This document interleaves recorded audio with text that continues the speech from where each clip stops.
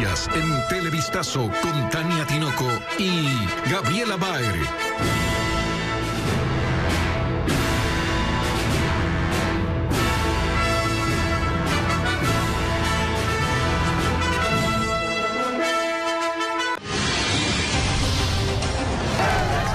El alcalde de Quito, Jorge Yunda, acudió a la Fiscalía para dar su versión sobre las irregularidades que se investigan en la compra de pruebas de COVID-19.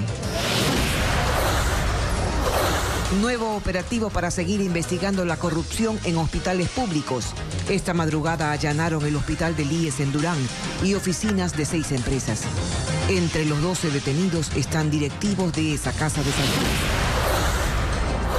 En la Asamblea Nacional se pide reorganizar la Comisión de Fiscalización debido a los cuestionamientos en contra de sus integrantes, incluyendo a Daniel Mendoza, actualmente detenido. En vigencia un nuevo estado de excepción, dados los efectos provocados por el coronavirus en temas de salud y económicos. Tendrá 60 días de duración. Guayaquil lidera los casos de dengue en Guayas, con cerca de 2.000 enfermos.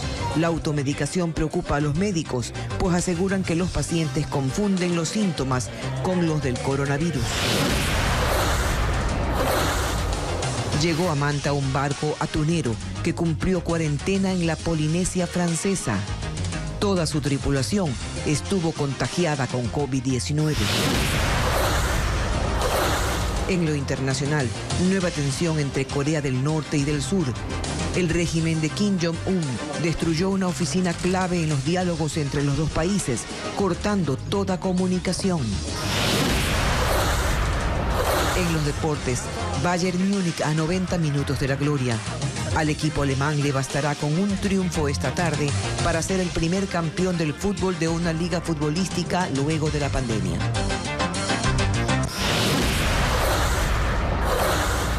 Amigos, buenas tardes. Les damos la bienvenida a Televistazo.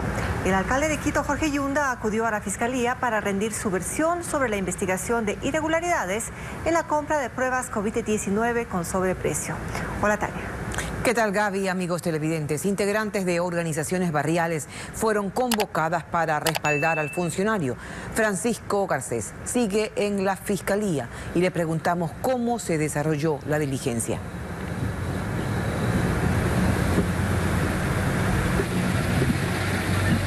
Tania, amigos, buenas tardes. Sí, hace muy pocos minutos concluyó ya aquí en la Fiscalía General esta diligencia que convocó aquí al alcalde de la capital, Jorge Yunda.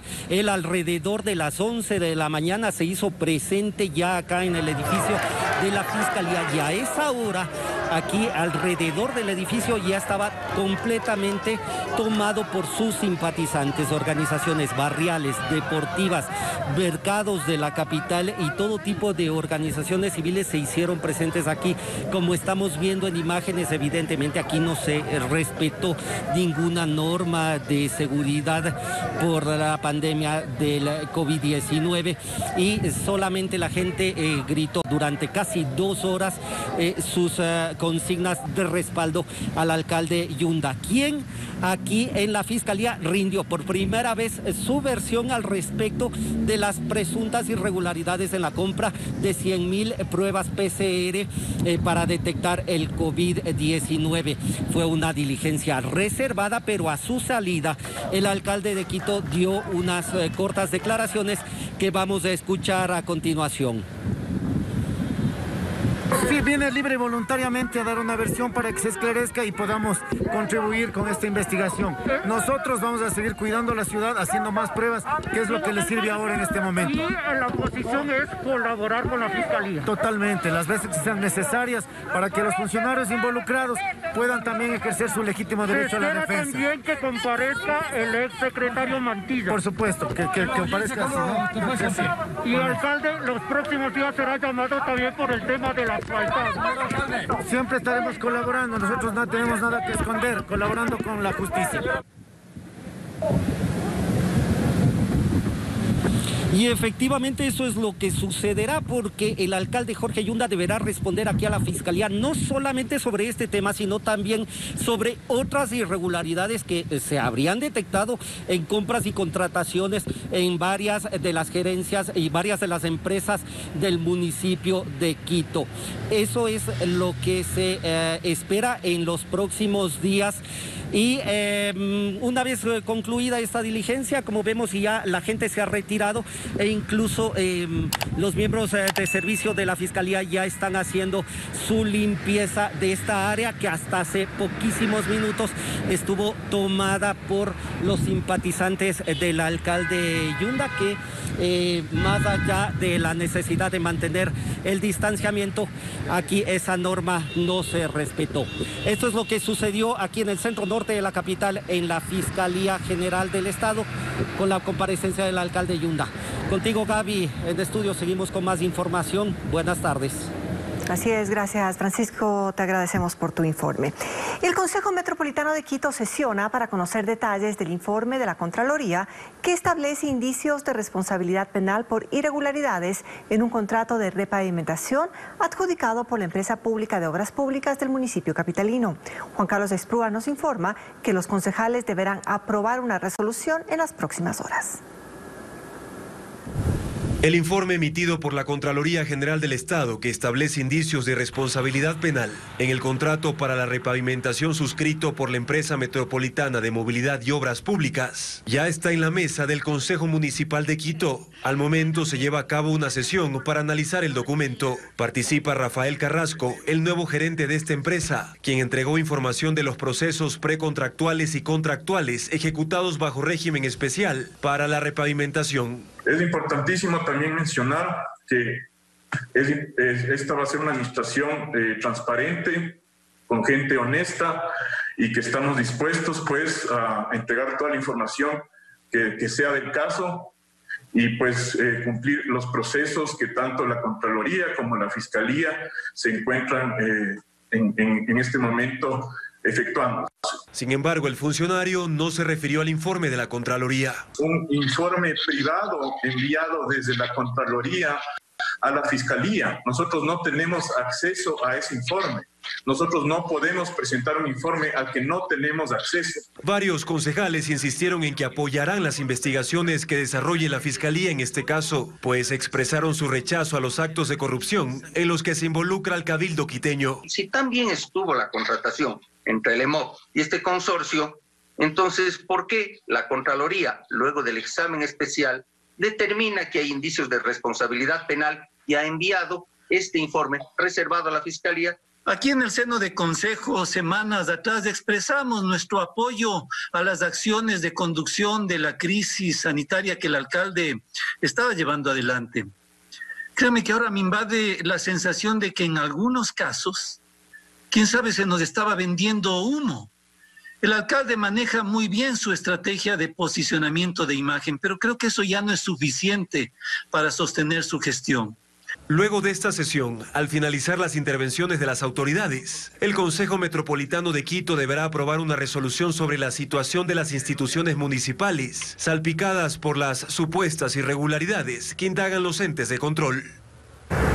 El Hospital del IES del Cantón Durán se suma a la lista de instituciones públicas donde se investigan actos de corrupción durante la emergencia sanitaria. Esta madrugada, la Fiscalía y la Policía realizaron múltiples allanamientos. Merlin Ochoa nos informa que entre los 12 detenidos hay empleados públicos. Antes de las 9 de la mañana, agentes de la Unidad de Inteligencia Antidelincuencial y de la Fiscalía allanaron el Hospital del IES del Cantón Durán en Guayas. Ahí decenas de policías intervinieron los departamentos de Compras Públicas, Dirección Administrativa, Dirección Financiera y Jefatura de Despacho. Pero el operativo arrancó a las 4 de la madrugada en Guayaquil. En total se realizaron 15 allanamientos en los domicilios de algunos funcionarios públicos del hospital. También se intervinieron las oficinas de 6 empresas.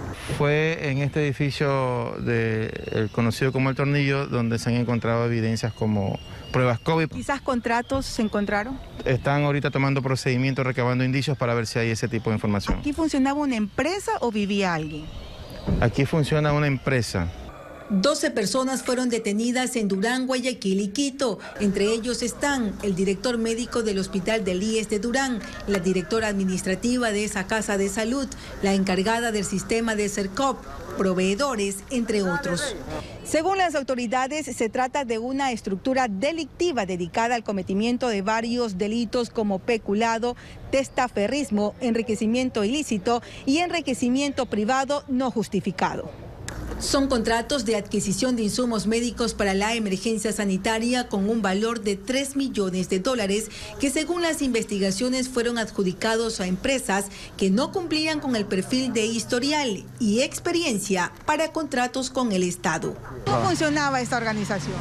Bueno, se hacían adjudicar contratos y desviaban los dineros a personas relacionadas con los directivos de este hospital. ¿Contratos durante la emergencia sanitaria? Estamos por verificar, todos estos contratos serían durante la emergencia.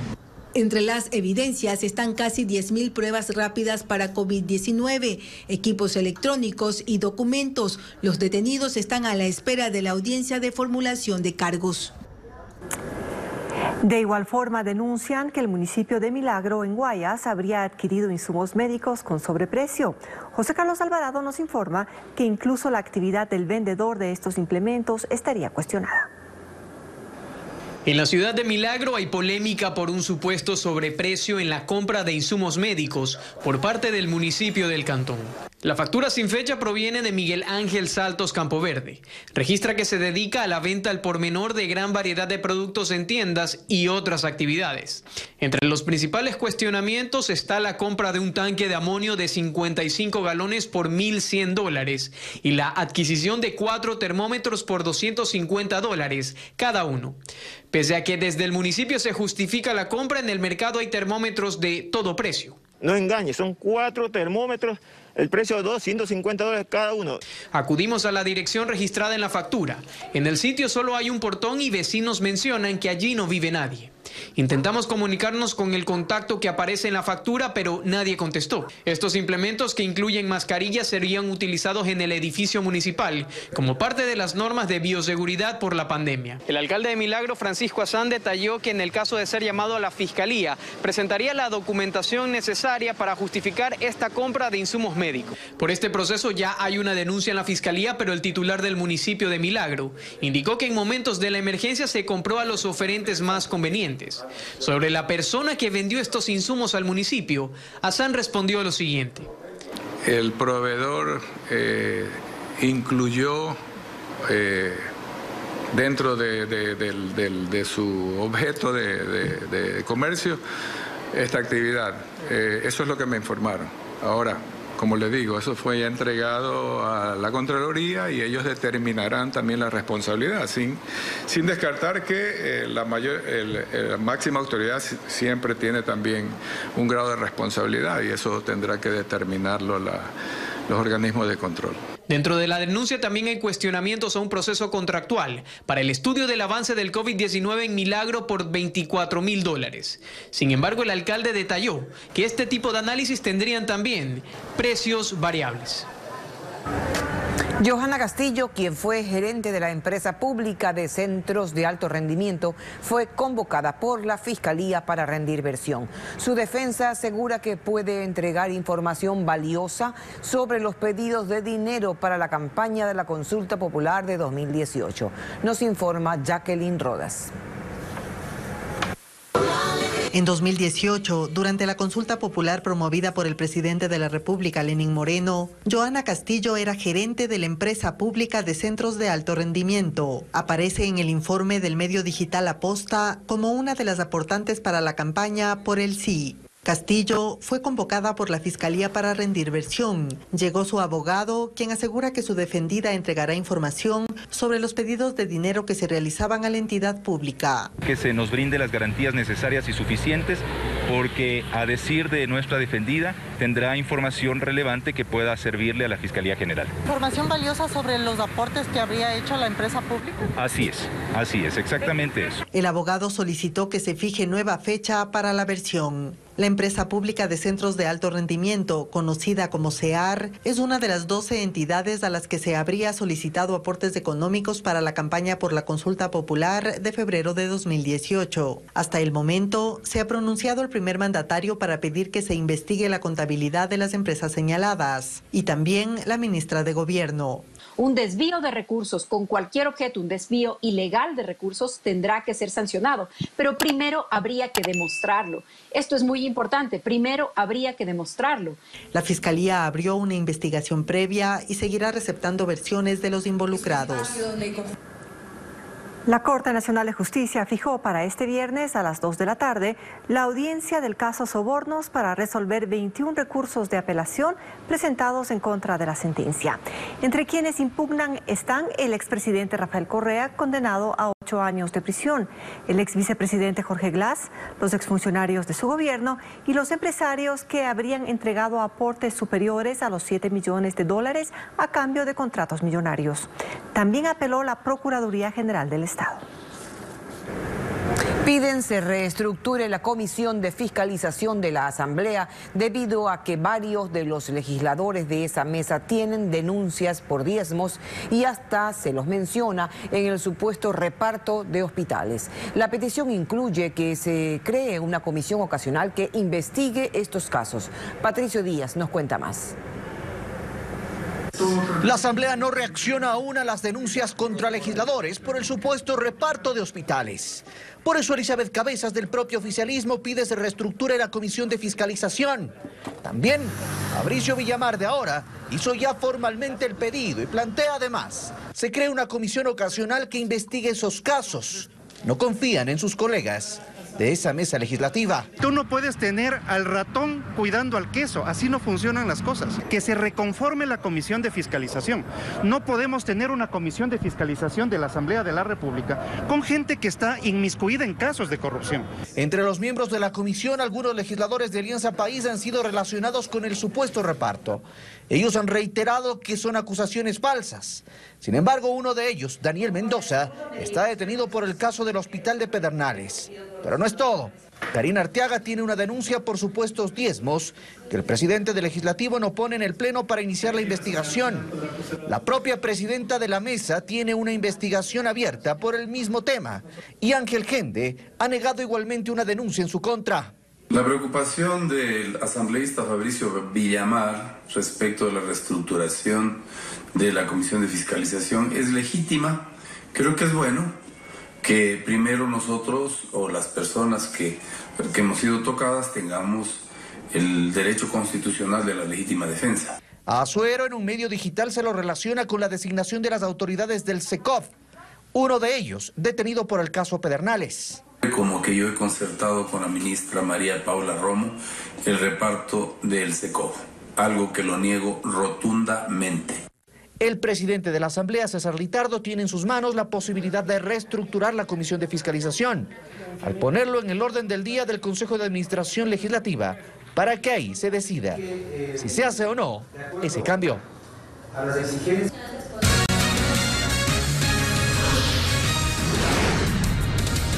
Es momento de una pausa y al regresar, el presidente de la República decreta un nuevo estado de excepción por 60 días por la pandemia y la emergencia económica.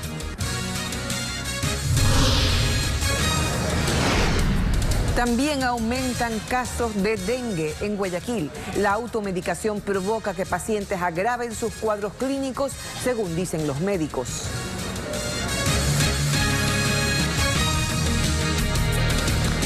El presidente Lenín Moreno decretó un nuevo estado de excepción debido al coronavirus. Este tendrá una vigencia de 60 días. El decreto mantiene las restricciones de movilidad y de asociación. El nuevo decreto ejecutivo 1074 fue firmado la noche de este lunes por el presidente Lenín Moreno y en él declara un nuevo estado de excepción por calamidad pública en todo el territorio nacional por los casos de COVID-19 y por la emergencia económica sobreviviente a la emergencia sanitaria que atraviesa el estado ecuatoriano. De esta manera busca continuar con el control de la enfermedad a través de medidas excepcionales. Es así que se mantiene la suspensión del ejercicio del derecho a la libertad de tránsito y el derecho a la libertad de asociación y de reunión. así como las directrices específicas para el ejercicio de las actividades laborales y económicas. Y el toque de queda será conforme al color del semáforo adoptado por cada cantón, con la finalidad de mantener las medidas de aislamiento y distanciamiento social. Según informó la Cancillería, con el nuevo estado de excepción no hay cambios para los vuelos de retorno y salida del país. Es el segundo estado de excepción emitido por el mandatario para enfrentar la pandemia. El primero fue decretado el 16 de marzo y renovado por 30 días más el pasado 15 de mayo debido al alto riesgo de contagios. Según la Constitución, los estados de excepción tendrán una vigencia de hasta 60 días con una extensión de máximo 30 días más. La vigencia de este nuevo decreto será hasta el próximo 15 de agosto y busca, además, establecer medidas emergentes que permitan enfrentar la recesión económica, así como la crisis fiscal, y generar las bases para iniciar un proceso de recuperación económica para el Estado. El secretario general Juan Sebastián Roldán justificó la emisión de un nuevo decreto y no su renovación, justamente para dar más prioridad al tema económico. El Comité de Operaciones de Esmeraldas informó que el semáforo rojo se mantendrá tentativamente hasta el próximo 23 de junio en ese cantón. Según la alcaldesa Lucía Sosa, cambiar a amarillo dependerá del comportamiento y la disciplina de sus habitantes, pues ya un 33% de la población está contagiada. Añadió que les preocupa que con el festejo del Día del Padre se registren nuevos contagios. Por ello han pedido al Ministerio de Salud más equipos médicos para entrar a los sectores en riesgo. Esta semana además comenzó la difusión de la ordenanza municipal que regulará el funcionamiento de los negocios y evaluará si cumplen con las medidas de bioseguridad para permitir su operación. El COE cantonal de Guayaquil pidió al ente nacional que se permita la circulación de vehículos particulares los domingos. Asimismo, está requiriendo que el toque de queda empiece a partir de las 22 horas. Sectores empresariales respaldan la solicitud y esperan que el COE nacional responda afirmativa y rápidamente a estos requerimientos para que la economía continúe en su proceso de reactivación. El Comité de Operaciones de Emergencia de Guayaquil resolvió elevar a consulta ante el COE Nacional una serie de solicitudes, entre ellas que el toque de queda empiece a las 22 horas y sea hasta las 5 de la mañana, así como la libre circulación de vehículos los días domingos para reactivar la economía. La Cámara de Comercio la semana anterior había remitido cartas al ente local y nacional precisamente requiriendo aquello y consideran que es tiempo de tomar medidas que permitan de alguna manera recuperar lo perdido. Los días domingos se llega a vender hasta un 20% adicional de lo que se ha vendido en el resto de la semana. Este es un promedio, hay negocios y negocios, pero este es el promedio. Entonces, no poder abrir el domingo y no poder circular en auto el día domingo es un golpe donde más le duele al comerciante. Recuperar lo perdido es un decir. La paralización total deja saldos en rojo y la reapertura parcial no termina de cambiarles el color a criterio del Comité Empresarial Ecuatoriano. Definitivamente estas pérdidas en ventas que a la fecha las calculamos en 17.000 millones de dólares conforme las cifras que estamos viendo oficiales.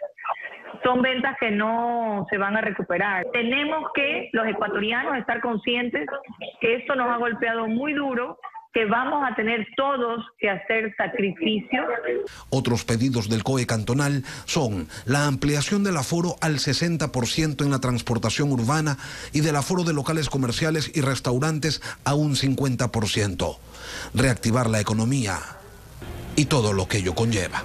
Cada día que pasa, que no estamos en semáforo verde, es equivalente a un gran impuesto que nos retienen toda la posibilidad de vender y por lo tanto de salir adelante y generar empleo. Pero no solo es el comercio el afectado, la industria tampoco la está pasando bien. Todas tienen ventas caídas, excepto el sector farmacéutico, que tiene una pequeña diferencia respecto del año pasado del 11%, superior a las ventas del año pasado. Ahora hay que esperar el análisis de aprobación por parte del COE nacional. La respuesta podría llegar en la próxima semana. Hasta ello, las restricciones a la movilidad y los aforos se mantienen. Más de 2.500 casos de dengue se han presentado hasta el momento en los cantones de Guayaquil, Durán y San Borondón. Las autoridades aseguran que los casos no han sido graves, sin embargo se ha evidenciado un gran número de pacientes que se han automedicado, complicando los cuadros que llegan a la red de salud pública. César Velastegui nos amplía.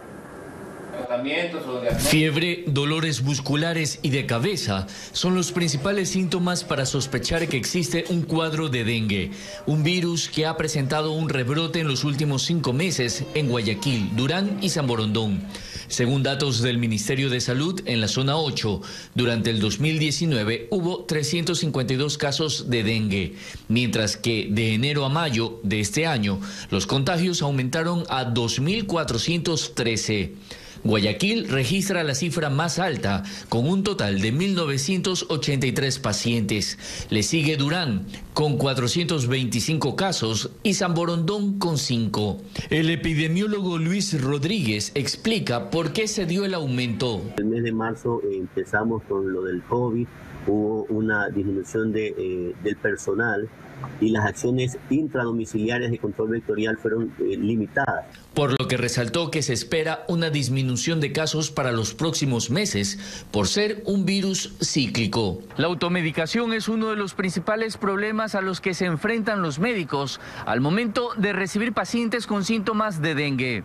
Y es que el temor a contagiarse de COVID-19 en los centros de salud hace que los pacientes no busquen ayuda profesional y consuman antiinflamatorios. Se presentan manifestaciones hemorrágicas no por la enfermedad, sino por el consumo de estos tipos de medicamentos. Lastimosamente, en nuestro país hay una cultura de automedicación muy arraigada. Por ello, insisten a que la ciudadanía acuda a los centros de salud, donde se han instalado áreas de contención para tratar los casos de dengue. La Administración de Medicinas y Alimentos de Estados Unidos, la FDA, retiró la autorización para el uso general de la hidroxicloroquina como tratamiento para pacientes con COVID-19 por no ser efectiva en el combate a la enfermedad. En Ecuador, especialistas concuerdan con esta decisión y aseguran que ese medicamento provocaba problemas cardíacos a pacientes críticos. William Young nos explica. El presidente de Estados Unidos, Donald Trump, fue uno de los principales defensores del uso de la hidroxicloroquina para tratar a los pacientes con COVID-19. Pero ahora la Administración de Medicinas y Alimentos, FDA por sus siglas en inglés, asegura que se ha comprobado que no es eficaz y no evita que se agrave la salud de quienes están contagiados. En uno de sus informes, Denise Hinton, científica principal de este organismo, señaló: ya no es razonable creer que las fórmulas orales, hidroxicloroquina y cloroquina, sean efectivas en el tratamiento de la COVID-19, por lo que la FDA revocó la autorización para su uso. En Ecuador, la evidencia científica coincide con esta decisión. Alberto Espere, jefe de la Unidad de Cuidados Intensivos del Hospital del IES Los Ceibos, en Guayaquil, confirma por qué. Y ya tenemos mucho tiempo que ya no lo usamos, porque el riesgo de toxicidad farmacológica debido a este medicamento, y especialmente si se la combina con acitromicina, que fue lo inicialmente indicado, supera los beneficios. Incluso sugiere que se descontinúe su uso por los problemas que puede ocasionar en pacientes con antecedentes cardíacos. La principal complicación era arritmias cardíacas, específicamente bradicardia sintomática, es decir, la frecuencia cardíaca estaba bien y de un momento a otro bajaba a 30 o 20 latidos por minuto. En el Comité de Operaciones de Emergencia en Guayaquil también se habló del tema. Washington Alemán, jefe de la Mesa Técnica de Salud del COE cantonal, coincide en que la hidroxicloroquina no ayuda a los pacientes graves. Sin embargo, cree que aún es necesario esperar los resultados de las investigaciones que están en marcha sobre la efectividad de este tipo de medicamentos. Existen en múltiples países que están haciendo estudios. España es uno de los países donde más estudios se está haciendo con hidroxicloroquina. Y yo creo que tenemos todavía que esperar esos resultados. Pese a la decisión de la FDA en Estados Unidos, en Ecuador la hidroxicloroquina sigue siendo parte del esquema aceptado para los tratamientos por COVID-19. Hoy se reúne la función electoral con organizaciones políticas de carácter nacional para revisar cambios en el calendario para los comicios de 2021 debido a la pandemia. En esta cita participarán integrantes del Tribunal Contencioso, del Consejo Nacional Electoral y las agrupaciones políticas, quienes buscan no afectar plazos constitucionales y legales para la posesión de las autoridades. El organismo electoral deberá garantizar el cuidado de la población ante el coronavirus. En Carapungo, norte de Quito, las ventas ambulantes se toman el espacio público. Los habitantes denuncian que es difícil circular por el sector debido a la carga vehicular que genera el comercio informal. Andrés Moposita acompañó a las autoridades en un operativo de control. Son evidentes las aglomeraciones que se producen por las ventas informales en Carapungo, norte de Quito. Según los moradores, el sector se ha convertido en un mercado al aire libre. Encontramos a personas que venden en la vereda, en vehículos o en improvisados locales que no cuentan con los permisos para funcionar. Y lo que más necesitamos es mantener 2 metros de distancia, que las medidas de bioseguridad sean cumplidas y sobre todo si están expendiendo alimentos, al menos que tengan una mascarilla. Es difícil acceder o salir de este barrio debido a la congestión vehicular. 50 conductores fueron sancionados por estacionarse en zonas prohibidas y se multó a 5 personas por no utilizar mascarilla. No podemos estacionarnos en esquinas, no podemos estacionarnos en las puertas de los garages de los domicilios. La Agencia Metropolitana de Tránsito intensifica los controles de salvoconducto y dígito de placa. Hoy se registró 15 infractores en menos de una hora en uno de los puntos de control del norte de la ciudad. Incluso ocurrió un choque cuando un conductor intentó esquivar a los agentes. Adicional a eso tenemos un vehículo por restricción vehicular que tiene que pagar el 50% del salario básico unificado y retirar después de 5 días laborables. Las autoridades recuerdan que en el semáforo amarillo es de vital importancia el uso de mascarilla, el distanciamiento social y no malutilizar los permisos de circulación.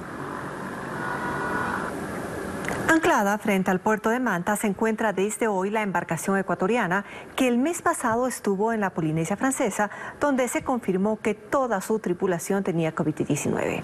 Karen Ceballos nos indica que ahora se realizarán exámenes para determinar el estado de salud de los pescadores manavitas. Adelante.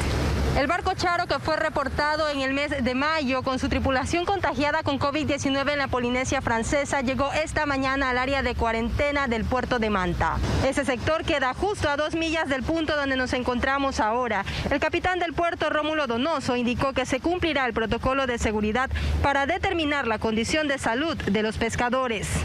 Después de que se haga la inspección física de la salud de los tripulantes, pasan ellos directamente al desembarque de la carga y al proceso normal de desembarque. El Charo, un atunero de más de 1.400 toneladas, trajo a 29 de sus tripulantes. Recordemos que uno de ellos se quedó en la Polinesia Francesa por presentar problemas respiratorios. Ya esta semana fue dado de alta y ahora espera el trámite para poder volver al Ecuador. A los que llegaron hoy, el Ministerio de Salud les hará pruebas médicas, así lo ha indicado la epidemióloga Paola Castillo. Le haremos las dos, prueba rápida y prueba hisopado nasofaringeo, que es PCR. Y aquellos que salgan positivos pues serán derivados a la refinería del Aromo, que es donde se está guardando el aislamiento por 14 días.